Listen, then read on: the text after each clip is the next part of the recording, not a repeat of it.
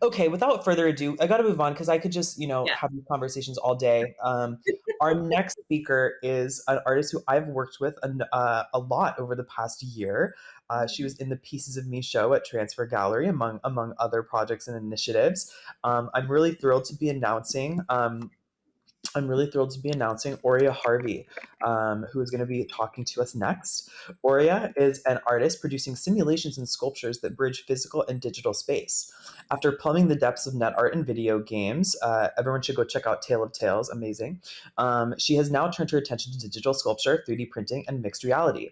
The work is presented as sculptures that blend digital and handmade production. She's half of the artist duo Entropy 8 Zuper slash Tale of Tales slash Song of Songs, known for their pioneering works in internet art, video games, and XR. Oria lives in Rome, and she's a professor of games at Kunsthochschule Kassel.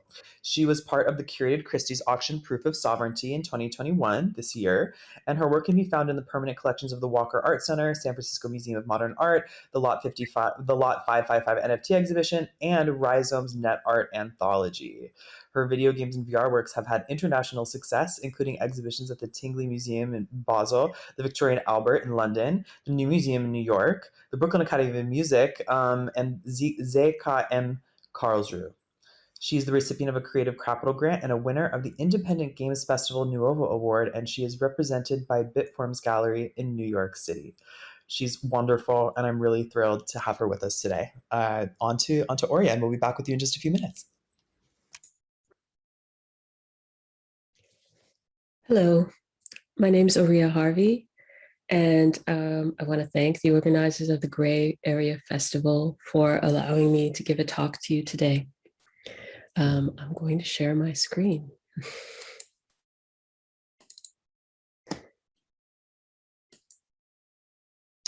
I'm a sculptor and real-time artist, meaning I make video games and other types of simulations that run in game engines. I'm based in Rome, Italy, but my history is in net art and, as I said, video games. And now I have branched out into physical sculpture as well. I'm here to talk to you today about mythology, but I've broken it up into a few different categories, ways that I like to think about it, lenses, you might say, through which I like to view mythology and world building in my practice. So first, we're going to talk about paradise. The best paradise I can think of is a game that I made along with my partner, Mikhail Samin, as Tale of Tales. And this was the very first video game that we released, and it's called The Endless Forest. The Endless Forest is a multiplayer game where everyone plays a deer. And so every single one of those deer that you see in this screenshot is a person at a computer. Our idea behind this game was that your computer goes to sleep and it wakes up in this forest, and you are able to do only things that a deer can do. You suddenly transform yourself into an animal who can only operate through the world and communicate via body language. And you can only run through the forest and see what there is to see there. So it looks like a normal sort of simulated forest environment. And you greet the other deer and you find a way to communicate because there's no text chat in the game, and there's no names. There's only these glowing symbols between the antlers, which allow you to identify one another. And to me, this was a way that we built a kind of utopia where you learn to understand one another without really having to understand one another. And the people who play the game actually started coming up with their own sort of language, a way of moving that communicates with each other in the game. And that's actually kind of magical. The way that the world operates, however, is it's usually just this very idyllic, sunny forest, but then sometimes the rain starts, or sometimes something else strange occurs. And that is the presence of what we call the characters in the game, call the twin gods. And what happens is there can be certain points in the forest where magic, a locus of magic occurs, so here we have like this fountain where if you drink from it, you're going to transform again from a deer into another type of animal, a rabbit or a bird or a bat or something like this. And we did this also to sort of manifest that magic in the world. But the twin gods are most present on Twin Gods Hill, where we have these two statues that are representing them. And the game is really about this kind of beauty that one can feel in a forest, so we try to keep it natural, but then when the twin gods are active and they're floating through the forest, everything becomes very crazy and chaotic. And these are actually kind of festive occasions when a lot of players come and witness this kind of party atmosphere in the world. But I really think that this game is a good example of what can happen when you look to a paradise example for a game world or to build a world, and think about all the details of what people are going to do and experience in that world. And I hope you will download it and play it.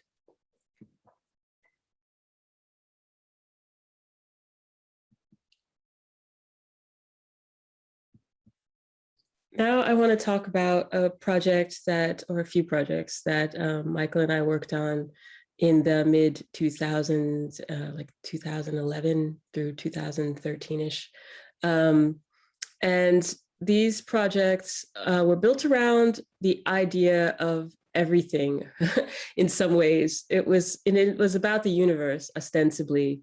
At least from my point of view, I wanted to make a model of the universe. But we had other concerns also in there where we were thinking about humanity and its place in the universe. Making a video game about such a subject would be challenging for anyone, but for us, it proved impossible. And so we had to split this idea up.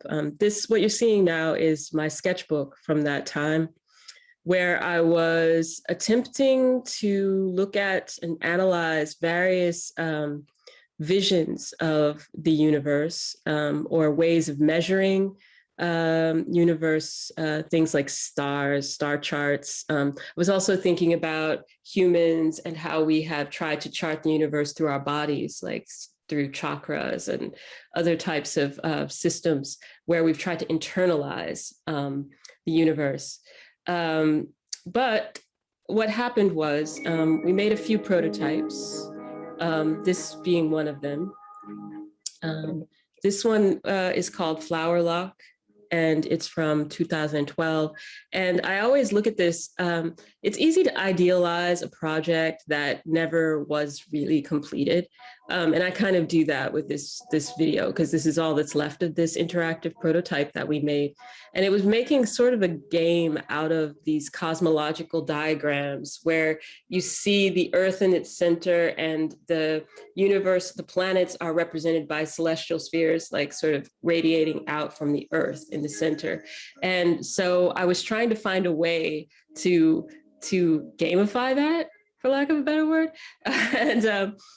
And we made this beautiful prototype that never went anywhere, unfortunately. But I think about this a lot when I think about world building. I think about how diagrams of something large like help us to find something that is otherwise impossible to, it's too big even to imagine.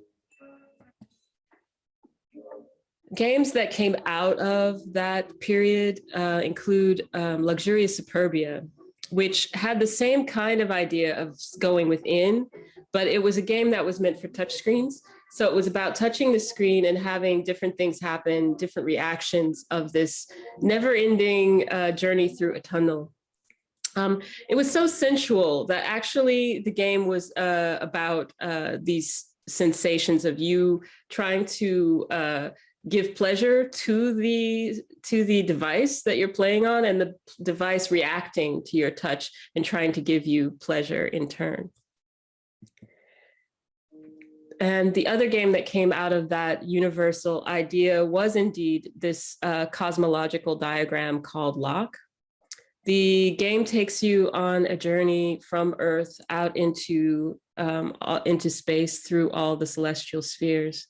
And we did our best to try and make this, I'm going to fast forward a little bit, to make this journey like feel very much like something that you were falling into or that you were actually traveling through. So it goes through the planets and stars, and then every time you stop and you are invited to sort of contemplate each sphere. And it's purely a visual stimulating kind of game. But again, it was made for touchscreens. So we always had this idea of like the universe being something that you hold in your palm. And when you played this game on your phone and you're tracing this circle, because that is the only action that you use to play the game, tracing the circle would leave the trace of your finger on the glass. So you would turn your phone off and you would be left with this perfect circle drawn on the glass of your phone, which to me was the thing that made it a game, was this moment that you had after you finished playing the game, where you had to contemplate what you had just done and thinking about that symbolism of that perfect circle that's inscribed on your device.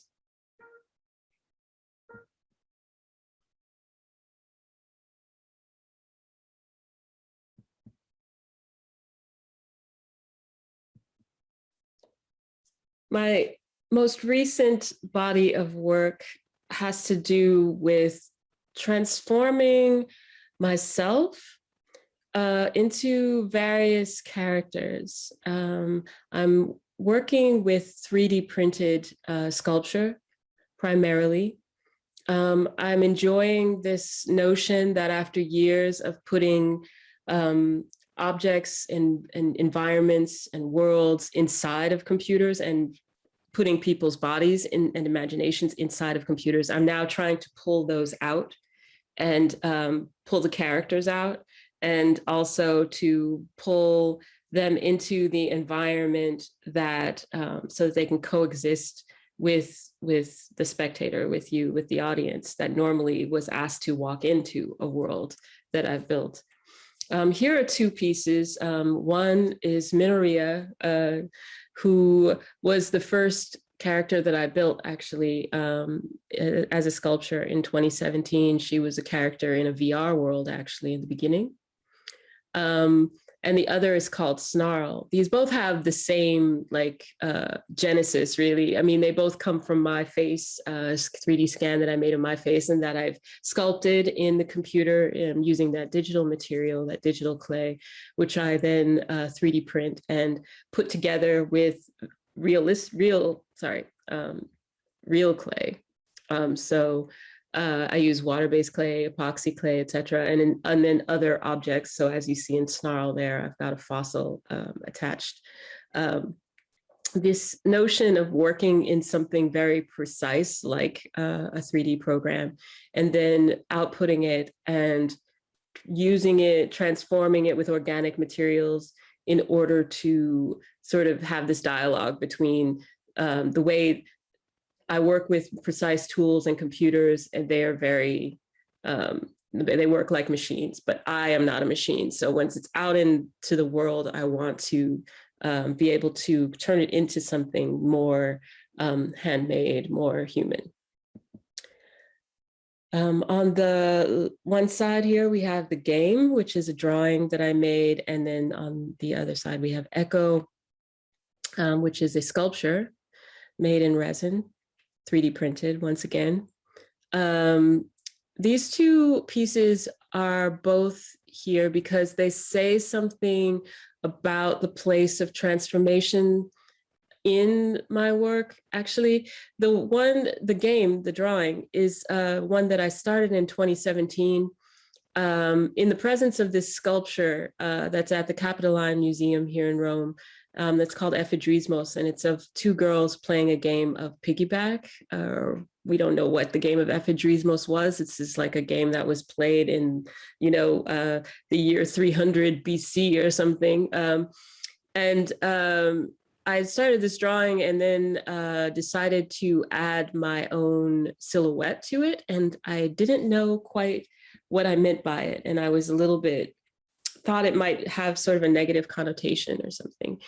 And so I put the drawing away and then took it back out in this year to complete it because I didn't get rid of it. So there must have been something about it that was hanging. And it turned out to have a really important thread in it for me, where I realized that a lot of what I had been doing with the 3D printed sculpture and everything since 2017 had to do with this notion of inserting myself into antiquity or inserting myself into myth, like making a Minotaurus, for example.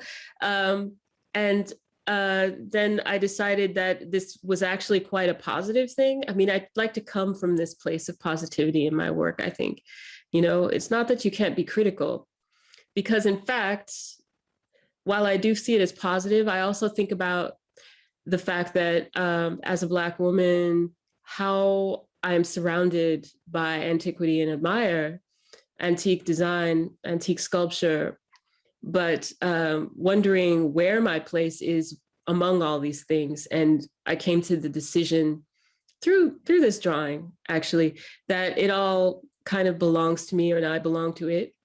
That while I have this diasporic background, my life is just as much about these stones, about this cultural icon of classical sculpture, as it is about anything else. And that I wanted to make myself known as being a part of these things, and that was something that no one could take away from me in some ways. I hope that makes sense. But I think through Echo, the other sculpture, I'm trying to make this even more explicit, where Echo is, of course, referring to the myth of Narcissus and Echo, where I'm trying to show this character, this woman who is wasting away and becoming only a voice. And I want this character to have a certain importance, where it's usually in the myth not given any importance at all. She just followed Narcissus around and then wasted away. But I wanted her she left behind for us, this effect that is actually quite miraculous, hearing your own voice magnified and then fade away, and in this beautiful effect of the echo. I don't know. I something always attracts me to a myth or to a statue, and I try to find through sculpture what it is that is really powerful about it for me. And so, again, this was 3D scanned and then manipulated in the computer and composed in 3D modeling programs and output via a resin printer. So this is something that I do quite a lot. In this case, I'm showing you here on this screen a physical sculpture and a digital sculpture. So my sculptures end up having 3 lives always. I output them via 3D printing, and then that it gives them a physical, tangible existence. But then also there is a digital version which is viewable by anyone online. And I'm going to show you in the next slides some QR codes that you can scan with your phone so that you can see the digital sculptures. The third way that they live is via AR. I use AR in this case to show this character of Ox. and project them into the world when, I don't know, when I need to feel like I have a power figure near me. But the beautiful thing about working in this way is that anyone can see my sculpture anywhere they happen to be. So it's not contained within a digital environment that you have to download and, all of this. And it's something that you can carry with you. Once you've captured the QR code, you can open that on your phone and you can save it to your home screen or whatever, and you have the sculpture to take with you. I really like to do this. I love the fact that the sculpture can be experienced with your body, so to speak. Like, because when you project the AR, it kind of feels like it's there in the room with you. And if you give in to that illusion, you have this feeling like it is really existing, coexisting right next to you. And also I can have a kind of exhibition anywhere that I like. And in this case, I'm projecting my character of the Cyclops in the Louvre Museum next to the Ansam Kiefer. And this is, I think, also important. It's like kind of making it so that I can make the world, my sculpture exist in the world as I see other sculptures exist. There's this sort of, until recently, very much a prejudice in some ways, or a stigma about digital work, that it's not real. I think this is something that is changing, and that we are currently in a world where we are surrounded by digital objects every day. And I think that this AR is just a beginning of how we are going to see digital artwork manifested in the future.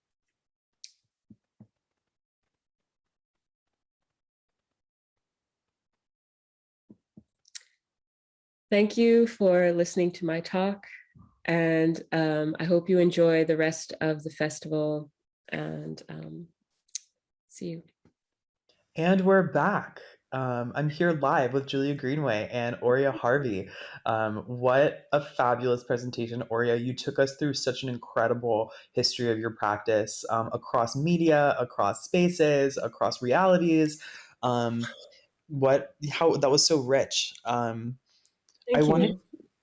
I wanted to start out by talking to you about the capacity for augmented reality, because this is a medium that you love, and that you have been working with a lot in recent years.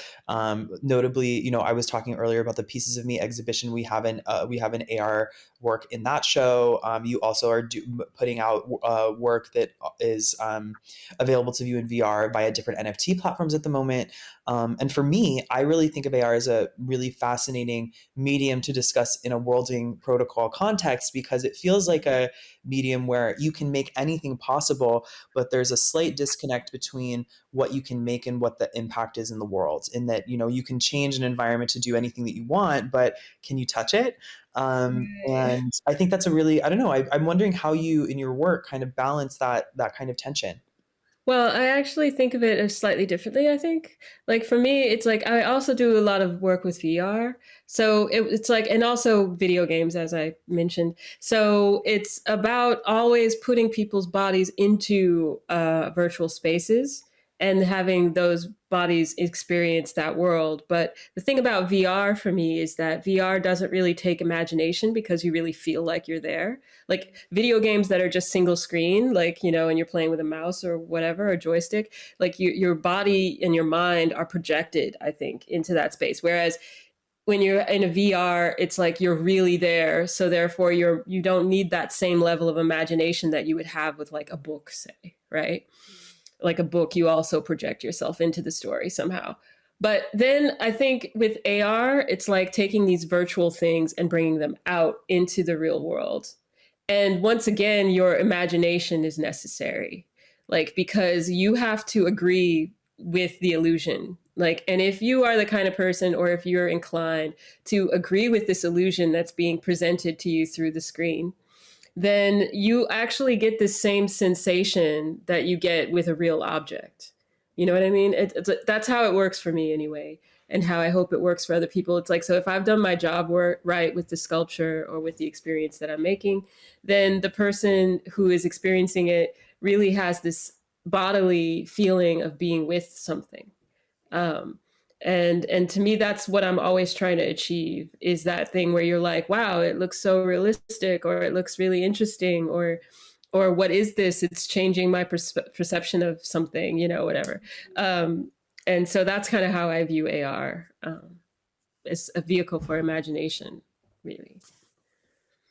Yeah, we were talking last night a little bit about how, you know, just by imagining something, you make it possible. And by allowing yourself to dream, you open up, to dream or to simulate, you open up different possibilities that might have not existed had no one ever had the thought. And I think that that's, I think that's something that in thinking of a worlding protocol where we're interconnected, where um, that takes a holistic view and incorporates all different kinds of beings. We were, discussing the living and the non-living with Tabata earlier this morning.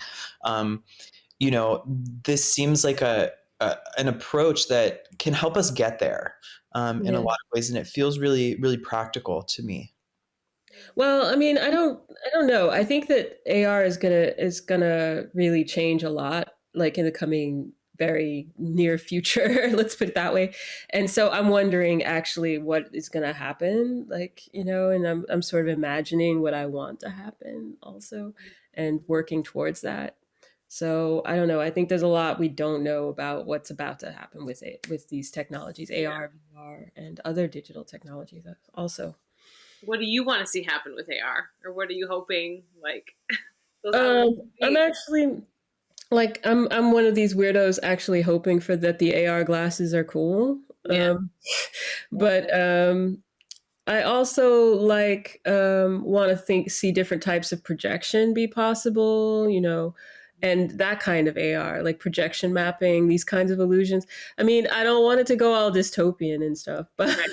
but Right. at the same time, I think there's some beautiful things that can be done. I mean, I'm always thinking as an artist, as a sculptor, and Yeah. so it's like, to me, this is sort of like a specialized thing. It's not like something that I want to see like abused or used everywhere. It's like, but I do think that for certain spectacular types of displays and stuff, it could be really like holograms. Like I love holograms, for Yeah. example. Like I want to see more holographic displays.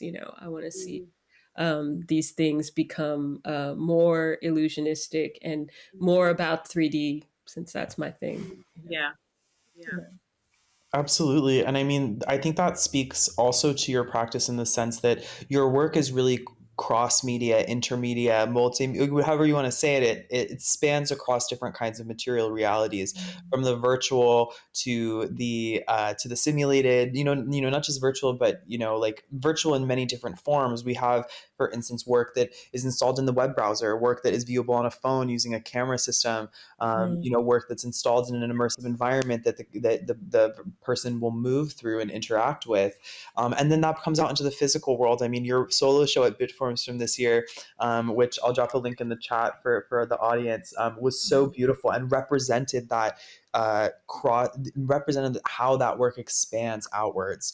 And in so Yeah. many ways, your work speaks to this idea that has always really inspired me by CC Moss. I hope CC's listening. I was chatting to her earlier, of expanded internet art, a kind of a term that she coined that describes this moment and this kind of work that is not meant to be experienced as one thing, but is meant to be looked at as a holistic uh, interpretation of all the instantiations of the artwork across all different kinds of That's a material. beautiful idea, actually. I really love that. I mean, because I'm definitely trying to work with in that sense of you experience the work in multiple ways, and that each of those is a beautiful moment. Each of those different ways that you can enter into the work, or experience the work, or own the work, or be with the work, is it's its own experience, and its own, yeah. I don't know, just different facets of the whole thing, which is kind of like to get to the for a moment to the world that Rodell and I made for the Gray Area Festival, like this notion of turning something around in space, and losing your orientation. Our piece Stellarium is actually kind of us doing a tribute to one another in a funny way. Like, it's like when we were work together on this, it's like his terrariums. are these little plants that are locked in these crystalline structures. And then I made these little star children. I was thinking a lot about myths about the night sky. And the way I usually work is that things start in one place and then I kind of iterate on an idea. So it's like this is the first time that I have these star children, and it's like it's. I thought of that piece as being called like there it is, yeah. um the stars are children of the night, and it's like, and so we were making a night environment, but then we inverted it, and it turned out to be this really beautiful, like crystalline, like kind of structure where things kind of disappear and reappear, and there's a horizon, but the horizon is also constantly shifting. And so it's like, you have the universe of the stars and then you have these plants. So it's like, I love the fact that it's sort of speaking more about nature and the universe in a certain sense. These engines are so simplistic that it's like you're really forced to use these sort of basics, the essences of your ideas, and not get too crazy. Sometimes, I mean, you can get crazy quite easily, but for us, the way that both of us think, like it was just such a nice thing to make something that was just giving people space to like be in something and be immersed in something and be surrounded by something, slowly like changing their perception of the world and getting rid of the horizon and shifting everything. And I hope that people enjoy being inside there. It's quite a peaceful. It's slightly disorienting yet very peaceful to be here. You Exactly. Didn't want it even to be crazy. It's just, it's disorienting, but it doesn't make you ill. It just kind of like changes where you are, shifts slightly. the Yeah. this show, the exhibition is called Diorama, and the idea was that we are using like to display 3D work in a web environment. You really have to strip down the files to their core shapes, because it just won't load properly. It's very difficult with people with bandwidth in different areas, particularly folks who have low bandwidth, to Yeah. load these kinds of environments. And so the diorama really emerged as a exhibiting technique that makes sense, because we can't give you the whole world, but we can give you the essence of it. We can give you this diorama, this window into it, and then kind of lead you towards that world. Right. And we'll also kind of we talk about this in the exhibition text, but it's the diorama is a colonial, patriarchal, racist exhibiting format and has been used to create damage in so many different ways. So another thing we wanted to do is take that and repurpose it, make the diorama into something that's expansive, not something that's confining. And I think that this work, your collaboration with Rodel, like you, just speaks to that so beautifully. I'd Yeah. love to learn a little bit.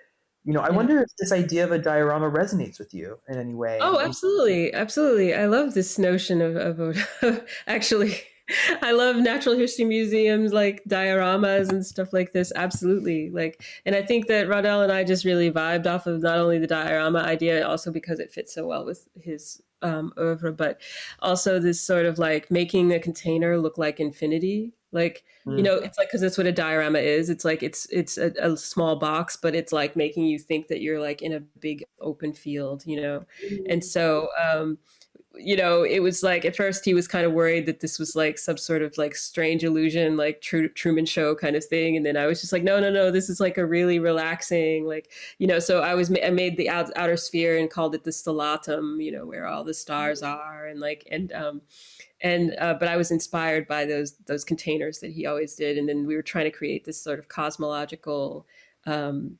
environment, where it's like, yeah, where you try to make this infinity happen.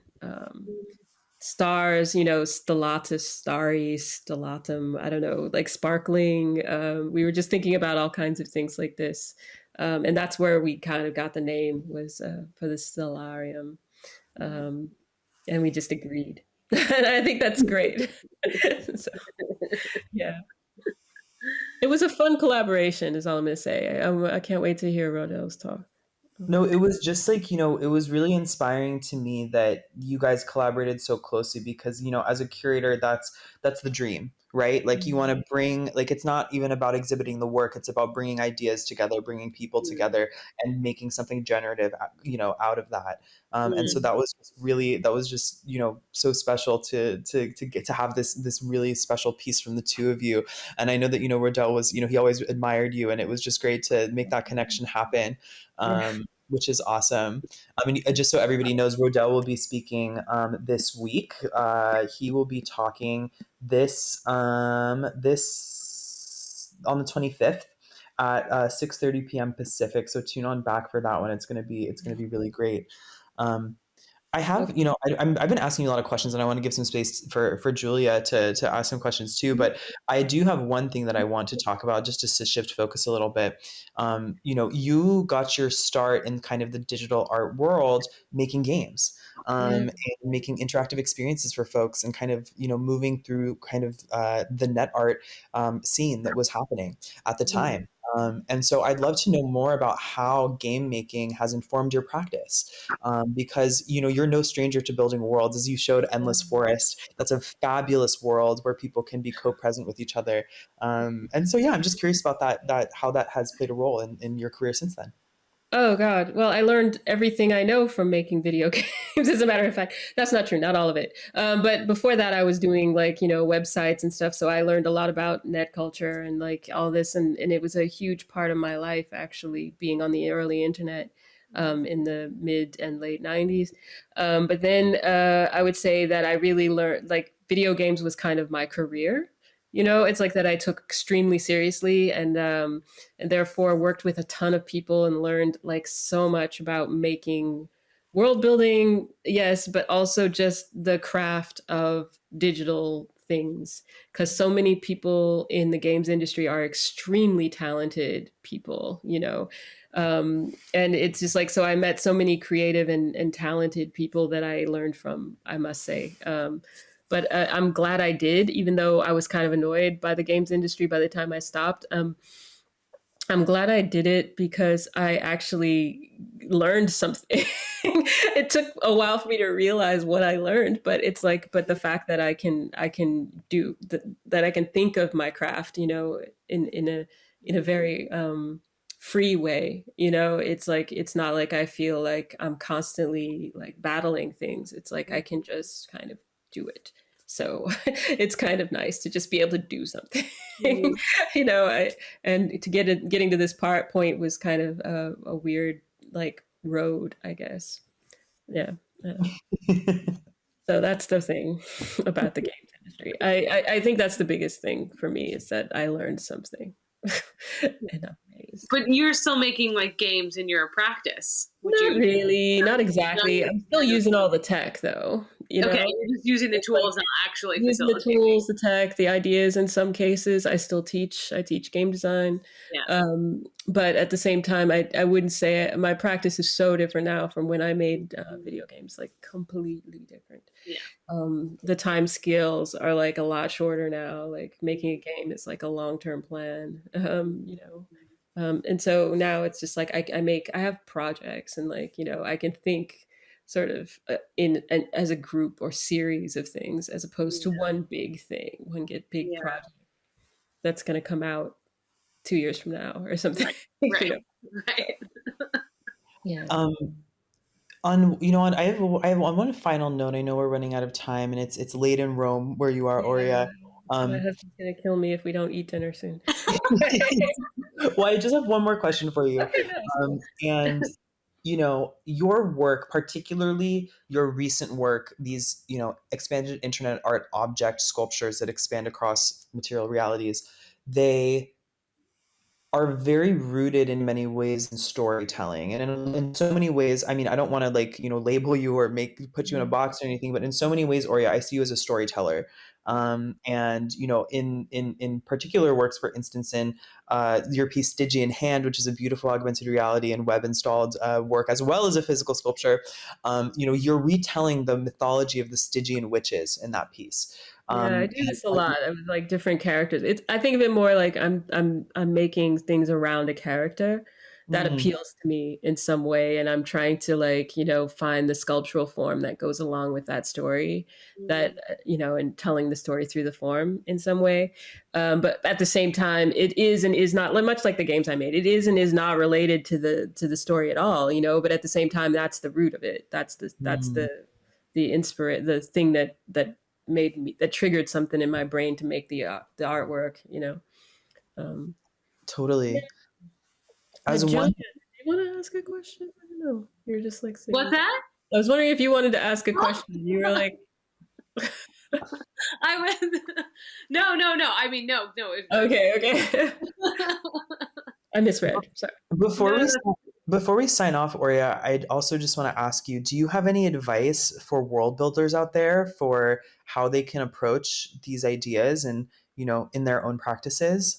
I'd say the biggest thing that I always tell my students is to pay attention to what is attracting you in the world, in the real world. So, like, if you're sitting, this happened the other day. If you're sitting there and there's a big storm outside, and you're looking out the window, and suddenly you find yourself like afraid, like, like, oh, this is a big storm. Should I get away from the glass? Whatever. Like, sort of notice that moment. That's an exciting moment, but it could be a quiet moment. Like, really pay attention to what it is about a something that makes you feel something, like, and then try to think of, like, rather than replicating reality, try to get back that feeling that you had, whatever, use your skills to get that feeling back, as opposed to trying to use, make photorealistic trees or something. Try to get back that feeling of the wind, or something like that, which is abstract when you say it. Like, how am I going to give people the feeling of the wind when they're just looking at the screen? But that's your task. That's what world building is you want them to feel like they're there. It doesn't have to look realistic. It just has to feel realistic, so to speak. So that's my biggest building tip. That and particle effects. Wonderful. Always. Wonderful. You know what, Aurea, I know we've taken up a lot of your time and you got to get some dinner. Thank you so much for being here. Thank All right. Yeah. you. Really Thanks nice for having to meet me. Enjoy the rest of the festival, everyone, and have a nice night, Wade and Julia. Thanks. Bye. you. Thank you. Bye. Bye.